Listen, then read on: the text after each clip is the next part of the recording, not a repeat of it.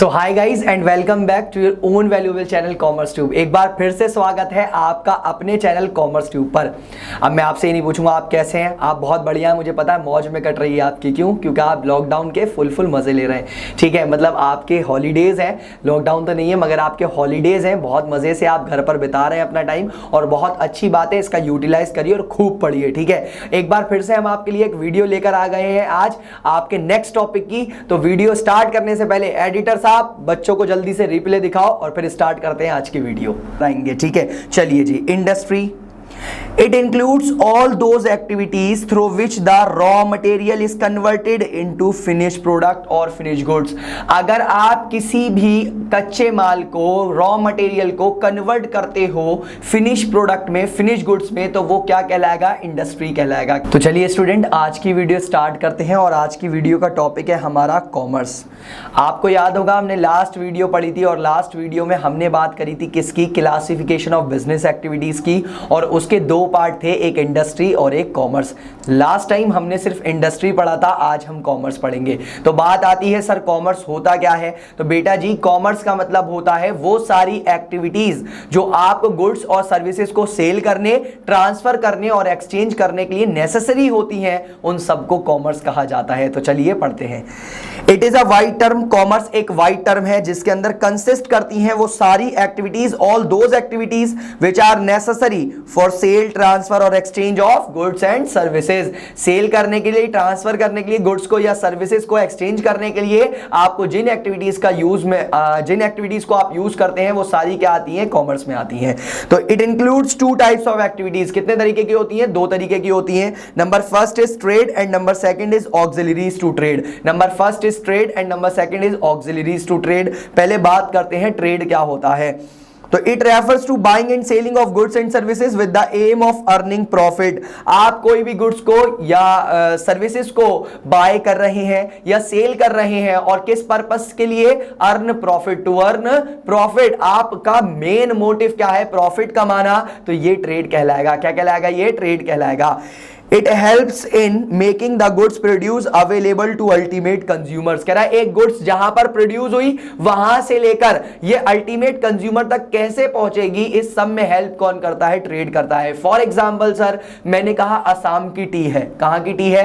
असम की टी है, मगर उसको पूरे देश में बिकना है तो वो किसके थ्रू बिकेगी? ट्रेड के थ्रू बिकेगी। किसके थ्रू बिकेगी? वो ट्रेड के थ्रू। चलिए, those who perform these activities, जो ये एक्टिविटीज करता है उसको बोलते हैं ट्रेड और इन एक्टिविटीज को बोला जाता है ट्रेड। क्या बोला जाता है? इन एक्टिविटीज को ट्रेड, और जो करता है वो ट्रेडर कहलाता है।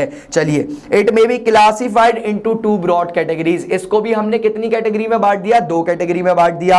अब वो कौन कौन सी है? Number first is internal trade and number second is external trade. तो पहले बात करेंगे इंटरनल ट्रेड क्या होता है। इंटरनल ट्रेड, आप कोई भी गुड्स को या सर्विसेज को with in the geographical boundary, देश के अंदर अंदर बेच रहे हो, बाय कर रहे हो या सेल कर रहे हो, तो भाई इसको क्या बोलेंगे? इंटरनल ट्रेड बोलेंगे। क्या बोलेंगे इसको? Internal trade. It refers to buying and selling of goods and services within the geographical boundary. किसके अंदर अंदर बात कर रहा हूं मैं? ज्योग्राफिकल बाउंड्री, देश की सीमा के अंदर अंदर बात कर रहा हूं, तो इसको बोलेंगे इंटरनल ट्रेड। इंटरनल ट्रेड का एक नाम और होता है होम ट्रेड, हिंदी में बोलते हैं इसको देशी व्यापार। It can be of two types. ये भी कितने तरीके की होती है? दो टाइप्स की होती है। Number first is wholesale trade and number second is retail trade. अब होलसेल से और रिटेल से आपको याद आएगा होलसेलर और आपको याद आया होगा रिटेलर, तो मैं बात करने ही उनकी जा रहा हूं। होलसेलर आपके दिमाग में आएगा जो गुड्स को क्या करता है? हैवी क्वांटिटी में, लार्ज क्वांटिटी में खरीदता है और बेचता है, उसको होलसेलर कहते हैं। और रिटेलर कौन होता है? जो आपके गली के नुक्कड़ पे, कॉर्नर पर जो शॉप्स होती हैं, आपको स्मॉल क्वांटिटी में सामान चाहिए होता है तो आप किससे लाते हैं? रिटेलर से लाते हैं। रिटेलर स्मॉल क्वांटिटी में डील करता है और होलसेलर किस में डील करता है? लार्ज क्वांटिटी में डील करता है। जैसे फॉर एग्जांपल, आपको एक कोका कोला की बोतल चाहिए, बहुत गर्मी पड़ रही है, आपको पीना है, तो आप गली के कॉर्नर पर गए और कॉर्नर से आपने एक थम्स अप या कोका कोला क्या कर ली? परचेज कर ली, क्योंकि आपको एक क्वांटिटी चाहिए थी, इसलिए आप किसके पास गए रिटेलर के। अब मैं कह रहा हूं आपको 100 बोतलें चाहिए बेटा जी, और 100 बोतलें चाहिए, और 100 बोतलें आप किसके लिए चाहिए? आपको शादी के लिए, आपके घर में कोई फंक्शन है, दैट इज आपको 100 बोतल्स चाहिए। तो अब आप क्या इसके पास जाओगे रिटेलर के पास? नहीं, आप रिटेलर के पास ना जाके आप होलसेलर के पास जाओगे, क्योंकि रिटेलर ने वो चीज महंगी दी थी क्योंकि हमने स्मॉल क्वांटिटी में खरीदी थी, और जब आप लार्ज क्वांटिटी में कोई चीज खरीदोगे तो वो आपको सस्ती पड़ती है, तो आप किसके पास जाओगे? होलसेलर के पास जाओगे। तो होलसेलर वो होते हैं जो बाय करते हैं गुड्स को, सेल करते हैं किसमें? लार्ज क्वांटिटी में, और रिटेलर वो होते हैं जो किसमें करते हैं? स्मॉल क्वांटिटी में। ठीक है, चलिए आगे बढ़ते हैं। अब बात करते हैं एक्सटर्नल ट्रेड की। देखो, इंटरनल की बात करी थी तो with in the geographical boundaries बात करी थी, एक्सटर्नल की बात करेंगे तो आउटसाइड द ज्योग्राफिकल बाउंड्रीज बात करेंगे। चलिए, it refers to buying and selling of goods and services outside the geographical boundaries. अगर देश के बाहर कोई भी गुड्स या सर्विसेज को आपने बेचा, तो ये क्या बेचा या खरीदा, तो इसको क्या बोलेंगे? एक्सटर्नल ट्रेड बोलेंगे। एक्सटर्नल ट्रेड को हम फॉरेन ट्रेड भी बोलते हैं, क्योंकि ये विदेशी व्यापार है। क्या है ये? विदेशी व्यापार। Foreign, outside the geographical boundaries foreign, external, और within the that is home trade, that is internal trade. ठीक है, चलिए, ये कितने तरीके का होता है? 3 टाइप्स का होता है। तो 3 टाइप्स कौन कौन से? Number first is import trade. कौन सा ट्रेड? Import trade. अब मैं इंपोर्ट ट्रेड की बात कर रहा हूं। अगर आपने कोई भी गुड्स बाहर से खरीदी है तो ये इंपोर्ट ट्रेड कहलाएगा। क्या कहलाएगा? ये इंपोर्ट ट्रेड कहलाएगा। चलिए बात करते हैं। It refers to buying of goods from a foreign country. ये कंटेंट राइटर ने हमारे थोड़ी सी मिस्टेक कर दी, ये फ्रॉम है। क्या है ये? फ्रॉम। ठीक है जी, और ये है हमारा, एक सेकेंड, ये है हमारा बाइज, खरीदना। चलिए मैं बात करता हूं। When India buys petroleum product from Iran, मेरे ईरान से पेट्रोलियम प्रोडक्ट खरीदे, पेट्रोल खरीदा, तो ये मैंने बाहर से कोई भी चीज खरीदी, गुड्स खरीदी, तो ये क्या कहलाएगा? हमारा इंपोर्ट ट्रेड कहलाएगा।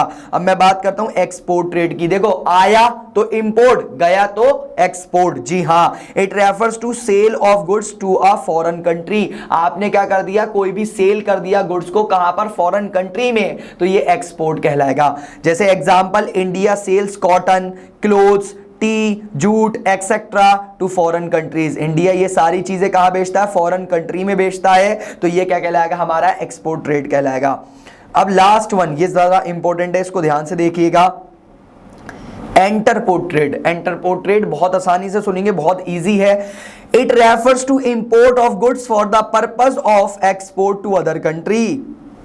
अब सुनिएगा, मैंने कोई भी चीज खरीदी, मगर किस पर्पस के लिए? कंजम्पशन के लिए नहीं, ताकि मैं उसको दूसरे देश को बेच सकूं, तो ऐसे ट्रेड को बोलते हैं एंटरपोर्ट ट्रेड। फॉर एग्जांपल, इंडिया ने इंपोर्ट करे many goods from European countries से। किससे खरीदे? यूरोपियन कंट्रीज से, और उसको एक्सपोर्ट कर दिया टू नेपाल को। किसको एक्सपोर्ट कर दिया? नेपाल को। तो हमने जो खरीदा वो किस पर्पस से खरीदा? कंजम्पशन के पर्पस से नहीं, खुद यूज नहीं करेंगे, उसको किसी अनदर कंट्री को क्या कर देंगे? बेच देंगे, तो ये एंटरपोर्ट ट्रेड कहलाएगा। क्या कहलाएगा? ये एंटरपोर्ट ट्रेड। ये था आपका पूरे का पूरा ट्रेड। ठीक है, अब हम बात करेंगे ऑक्सिलरीज टू ट्रेड की। किसकी बात करेंगे? Auxiliaries to trade. याद करिए, मैंने लास्ट वीडियो में आपको सर्विस सेक्टर पढ़ाया था, सर्विस इंडस्ट्री पढ़ाई थी, टर्शरी इंडस्ट्री पढ़ाई थी, ये बिल्कुल वैसा ही है। ऑक्सिलरीज टू ट्रेड का मतलब क्या होता है? ट्रेड को स्मूथ चलाने के लिए जो भी आपको एक्टिविटीज की जरूरत पड़ती है, वो क्या कहलाता है? ऑक्सिलरीज टू ट्रेड कहलाता है। मतलब जो भी आपकी प्रॉब्लम्स आती हैं ट्रेड करने में, उनको कौन दूर करता है? उन बाधाओं को कौन दूर करता है? हमारा ऑक्सिलरीज टू ट्रेड दूर करता है। चलिए बात करते हैं कि the activities which help in smooth flow of trade.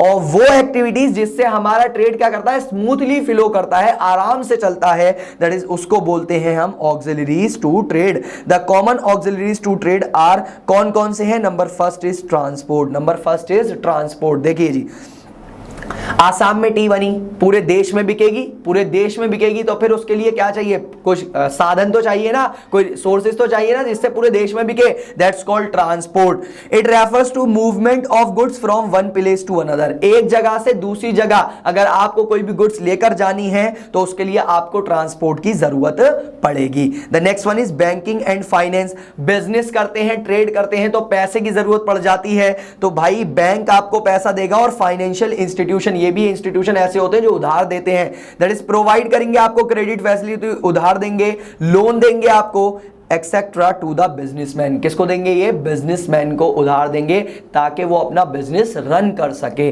ठीक है, number next one is insurance. अब इंश्योरेंस में बात होगी। अब देखिए इंश्योरेंस कैसे हेल्प करता है ट्रेड करने में। तो देखिए आपको रिस्क है कि आपका कोई चीज लॉस ना हो जाए, आपको आपके यहाँ चोरी ना हो जाए, आपके यहाँ थेफ्ट ना हो जाए, आपके यहाँ आग ना लग जाए आपकी फैक्ट्री में, तो रिस्क है हर चीज का। जैसे फॉर एग्जांपल मेरा गुड्स, मेरा रॉ मटेरियल आ रहा है रास्ते में और मुझे ऐसा लग रहा है कि बहुत महंगा सामान आ रहा है इसके अंदर, कहीं इसका एक्सीडेंट ना हो जाए, तो मैं इसका पहले से क्या करा लेता हूं? इंश्योरेंस करा लेता हूं। क्या करा लेता हूं मैं? इसका इंश्योरेंस। देखिए इंश्योरेंस से आप कोई भी रिस्क को एलिमिनेट नहीं कर सकते, उसको आप रिड्यूस कर सकते हो। क्या कर सकते हो? आप उसको रिड्यूस कर सकते हो। जी हां, इट प्रोवाइड्स प्रोटेक्शन किससे? some kinds of risk से, such as risk loss due to fire, theft, accident। Accident हो गया, फायर आग लग गई, थेफ्ट चोरी हो गई, इन सभी लॉसेस से आपको रिस्क आपका कम करने के लिए किसका यूज करते हैं आप? इंश्योरेंस का यूज करते हैं। The next one is warehousing. मैं किसकी बात कर रहा हूं? वेयर हाउसिंग की बात कर रहा हूं। अब देखिए आप खुद सोचिए, एक गुड्स आज बनी, क्या वो कल इमीडिएटली कंजम्पशन हो जाएगा? उसका नहीं हो सकता। तो इसके बीच में जैसे फॉर एग्जांपल प्रोड्यूस हुआ और प्रोड्यूस होने से लेकर अल्टीमेट कंज्यूमर तक जब पहुंचेगा तो बीच में बहुत गैप होता है, टाइम गैप होता है। तो इसमें आपको कहीं ना कहीं वो गुड्स रखना पड़ेगा, उसको स्टोर करना पड़ेगा, दैट्स कॉल्ड वेयर हाउसिंग। चलिए, there is a time gap between production and consumption of goods. कह रहा टाइम गैप होता है किसके बीच में? प्रोडक्शन के और कंजम्पशन के ऑफ गुड्स के। Goods are not consumed immediately. Goods कभी भी कंज्यूम इमीडिएटली नहीं होती व्हेन दीज आर प्रोड्यूस्ड। जैसे ही वो प्रोड्यूस हुई वैसे ही कोई इमीडिएटली कंजम्पशन कर ले, ऐसा कभी भी नहीं होगा। तो एक टाइम गैप के लिए आपको गुड्स स्टोर में करके रखनी पड़ेंगी, that's called warehousing. Trade में आपको इसकी भी जरूरत पड़ती है। ठीक है, द नेक्स्ट वन इज, ये सारे वो पॉइंट्स पढ़ ले हम जिससे आपका ट्रेड क्या हो जाएगा? स्मूथली फ्लो करेगा, स्मूथली रन करेगा। The next one is advertising. अब फॉर एग्जांपल एडवर्टाइजिंग किसके लिए होती है? सर मुझे तो कोई जानता ही नहीं है, तो आपको कैसे जानेंगे कस्टमर आपके, आपको कंज्यूमर कैसे जानेगा? आपके एडवर्टाइजमेंट से। किससे? एडवर्टाइजमेंट से। जैसे हमारी वीडियो आती है, हमारी वीडियो से पहले हम क्या करते हैं? एक थंबनेल लगा लेते हैं स्टेटस पे, ताकि आपको पता चल जाए कि कल वीडियो आने वाली है। दैट इज वो क्या है? एडवर्टाइजमेंट है। क्या है वो? एडवर्टाइजमेंट। इंफॉर्मेशन कस्टमर्स के पास कैसे पहुंचेगी? That's called advertisement. It is impossible for manufacturer and trader to contact each and every customer. देखो कभी भी ऐसा नहीं होगा कि सारा मैन्युफैक्चरर, जैसे इस पेन को जिनने बनाया मैन्युफैक्चरर है, वो मुझसे डायरेक्ट आगे बेच के गया है, नहीं, कभी भी ऐसा नहीं होगा। बीच में कौन होगा आपके लिए? एडवर्टाइजिंग कंसेप्ट होगा। बीच में कौन होगा आपके लिए? एडवर्टाइजिंग कंसेप्ट होगा। जैसे रतन टाटा, क्या ऐसा होता है आप देश का नमक खाते हैं, टाटा नमक, तो क्या ऐसा होता है रतन टाटा आपके घर पे आके नॉक करके देते हैं, लो जी लो देश का नमक खाओ, टाटा नमक खाओ? ऐसा कभी भी नहीं होता। तो मैन्युफैक्चरर कभी भी नहीं मिल सकते किससे? कस्टमर से। दैट्स व्हाई, तो उसके लिए एडवर्टाइजिंग बहुत जरूरी है। एडवर्टाइजमेंट हेल्प करता है टू ओवरकम दिस प्रॉब्लम। इस प्रॉब्लम को खत्म करने के लिए कौन मदद करता है? आपकी एडवर्टाइजमेंट। ठीक है, the next one is communication. किसकी बात कर रहा हूं मैं? कम्युनिकेशन। बिना वार्तालाप के, बिना कम्युनिकेशन के क्या आप कोई ट्रेड कर सकते हैं? नहीं कर सकते। तो ऑक्सिलरीज टू ट्रेड में लास्ट पॉइंट है कम्युनिकेशन। आप बात करिए, आज हम कोई भी बिजनेस करते हैं, कोई भी ट्रेड करते हैं, फॉर एग्जांपल कोई चीज हम बेच रहे हैं, तो हम व्हाट्सएप के थ्रू क्या करते हैं? उसके फोटोज भेज देते हैं कि आपको पसंद आ जाए तो बता दीजिएगा, हम फिर आपको भेज देंगे इतना सामान इतनी क्वांटिटी में।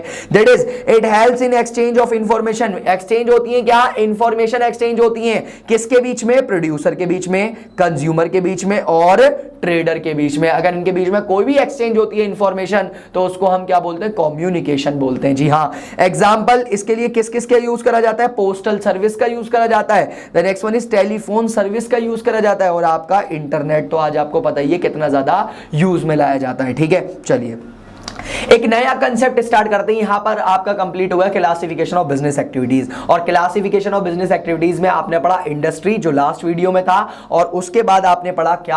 आपका auxiliaries to trade, sorry commerce, और कॉमर्स में दो पढ़े आपने क्या?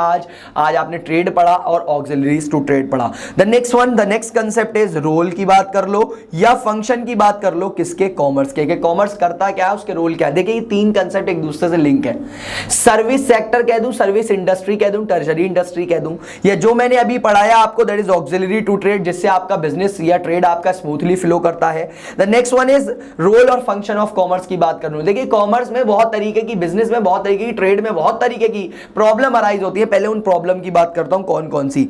हिंड्रेंस का मतलब होता है problem, hindrance of person, hindrance of place, hindrance of risk, hindrance of finance, hindrance of time, hindrance of information. इनके लिए ये मैंने सारी आपको ऊपर पढ़ा दी, अभी मैं जस्ट 2 मिनट में आपको खत्म कर रहा हूं, ये बता देता हूं। हिंड्रेंस ऑफ पर्सन, देखिए एक मैन्युफैक्चरर डायरेक्ट कभी भी किससे नहीं मिल सकता, कंज्यूमर से नहीं मिल सकता। आसाम की चाय क्या घर घर जाके बंदा खुद बेचेगा? नहीं, ऐसा कभी नहीं होगा। तो इस केस में हिंड्रेंस ऑफ पर्सन हमने क्या कर दिया, बीच में मिडलमैन डाल दिया, होलसेलर डाल दिया। होलसेलर कह दो मिडलमैन, रिटेलर कह दो मिडलमैन, दैट इज बीच में हमने डाल दिया, जो किन के बीच में काम करेगा, मैन्युफैक्चरर के और कंज्यूमर के। दैट इज इसको बोलते हैं क्या हम, ट्रेडर। क्या बोलते हैं इसको हम, ट्रेडर बोलते हैं। तो जो समस्या थी, जो प्रॉब्लम थी बीच में कि एक प्रोड्यूसर से एक सामान कंज्यूमर तक कैसे पहुंचेगा, दैट्स कॉल्ड, वो ट्रेडर के थ्रू पहुंचेगा। किसके थ्रू पहुंचेगा? वो ट्रेडर के through. The next one is hindrance of place. अब हमने बात करी थी कि आसाम की चाय घर घर कैसे पहुंचेगी, तो ट्रांसपोर्ट के थ्रू पहुंचेगी। किसके थ्रू पहुंचेगी? ट्रांसपोर्ट के through. One goods place to another goods, एक प्लेस से दूसरी, one place to another place, एक प्लेस से दूसरी प्लेस पर सामान कैसे पहुंचेगा, that is hindrance of place. ये प्लेस का हिंड्रेंस है हमारा, तो हम क्या करेंगे, ट्रांसपोर्ट के थ्रू इसको भी क्या कर देंगे, खत्म कर देंगे। The next one is hindrance of risk. मैं किसकी बात कर रहा हूं, हिंड्रेंस ऑफ रिस्क की बात कर रहा हूं। तो कह रहा है इंश्योरेंस, आपको अपना रिस्क कम करना है, आपको डर लगता है कि आपको ट्रेड में क्या ना हो जाए, लॉस ना हो जाए, आपके चोरी ना हो जाए, आपके आग ना लग जाए, आपकी गाड़ी का एक्सीडेंट ना हो जाए, तो आप अपने लॉस को कम करना चाहते हैं, रिड्यूस करना चाहते हैं, तो आप किसका यूज करें, इंश्योरेंस का यूज करें। ठीक है। The next one is hindrance of finance. अब आपको क्या चाहिए, पैसा चाहिए, आप ट्रेड कर रहे हैं, आपके पास पैसा ही खत्म हो गया, दैट इज आप बैंक से या फाइनेंशियल इंस्टीट्यूशन से क्रेडिट फैसिलिटी, लोन वगैरह ले सकते हैं। The next one is hindrance of time. अब आपकी गुड्स आज बनी, कल तो यूज में आ नहीं जाएगी, कल तो कंज्यूमर खरीद नहीं लेगा, दैट इज एक टाइम गैप होता है बिटवीन, मैंने आपको बताया था। तो उस टाइम गैप के बिटवीन में आपको कहां रखनी पड़ेगी, गुड्स वेयर हाउस में रखनी पड़ेगी। तो हिंड्रेंस ऑफ टाइम को खत्म करा किसने, वेयर हाउसिंग ने। The last one is hindrance of information. Sir मुझे तो कोई जानता ही नहीं है, मैं क्या करूं, मैं अपना प्रोडक्ट कैसे बेचूं, तो आपके लिए हम लेकर आए एडवर्टाइजिंग। क्या लेकर आए हम आपके लिए, एडवर्टाइजिंग, जो आपकी इंफॉर्मेशन को किस तक पहुंचाएगा, कंज्यूमर तक पहुंचाएगा। That is hindrance of information को खत्म करता है एडवर्टाइजिंग। गाइज आज आपको हमारी वीडियो कैसी लगी? अगर अच्छी लगी हो तो इसको लाइक करें, कमेंट करें और इसको शेयर करना अपने दोस्तों को बिल्कुल ना भूलें। अगर आप इस चैनल पर नए हैं तो चैनल को सब्सक्राइब करें और बेल आइकॉन दबाएं। और इसके साथ साथ आप हमें बहुत सारे प्लेटफॉर्म पर, सोशल मीडिया प्लेटफॉर्म पर क्या कर सकते हैं, फॉलो कर सकते हैं, जिससे आपको हमारी वीडियोस की अपडेट मिलती रहे कि हमारी वीडियो कब आने वाली है। तो आज के लिए हमारे पास इतना ही था, फिर मिलेंगे एक नई वीडियो के साथ। जब तक के लिए bye bye and take care. Think study, think commerce tube.